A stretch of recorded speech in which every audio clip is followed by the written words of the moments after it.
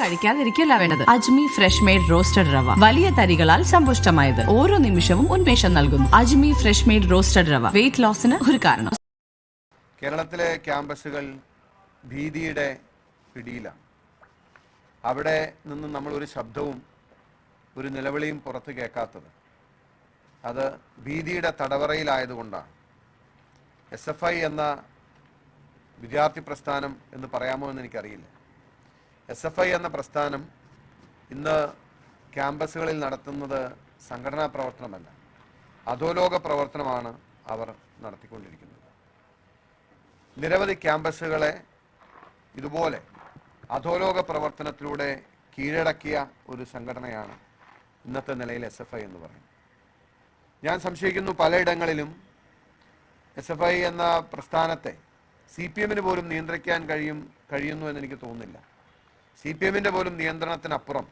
കാരണം ഇന്ന് മയക്കുമരുന്ന് മാഫിയയുടെ ഒക്കെ പിടിയിലായി സംഘടന പോയോ എന്ന് സംശയിക്കേണ്ടിയിരിക്കുന്നു. അതല്ലാതെ ഒരു സഹപാഠിയോട് ഇത്രയും ക്രൂരമായി പെരുമാറാൻ ഒരു വിദ്യാർത്ഥികൾക്കുമാകുമെന്ന് എനിക്ക് തോന്നുന്നില്ല.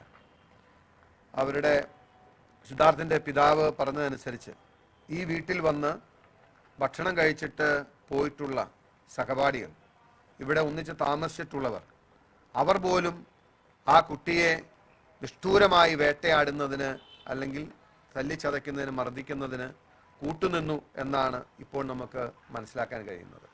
സഹപാഠികളായിട്ടുള്ളവർ, ഒന്നിച്ചൊരു ക്ലാസ്സിൽ പഠിക്കുന്നവർ, ഒന്നിച്ചൊരു മുറിയിൽ താമസിച്ചവർ, ഒന്നിച്ച് ഭക്ഷണം പങ്കിട്ട് കഴിച്ചവർ, അവർ പോലും നഗ്നനായി ഒരു കുട്ടിയെ മർദ്ദിച്ച് മൂത്രം കുടിപ്പിച്ച് ഭക്ഷണം നൽകാതെ പീഡിപ്പിച്ച് ഹരാസ് ചെയ്ത് ഒരുപക്ഷെ ഒരു മൃഗീയമായിട്ടുള്ള, വെറുതെ ആലങ്കാരികമായി പറയുന്നതല്ല, ഒരു മൃഗവാസനയോട് കൂടിയാണ് ആ സഹപാഠിയോട് ഇവർ പെരുമാറിയെന്ന് പറയുന്നു.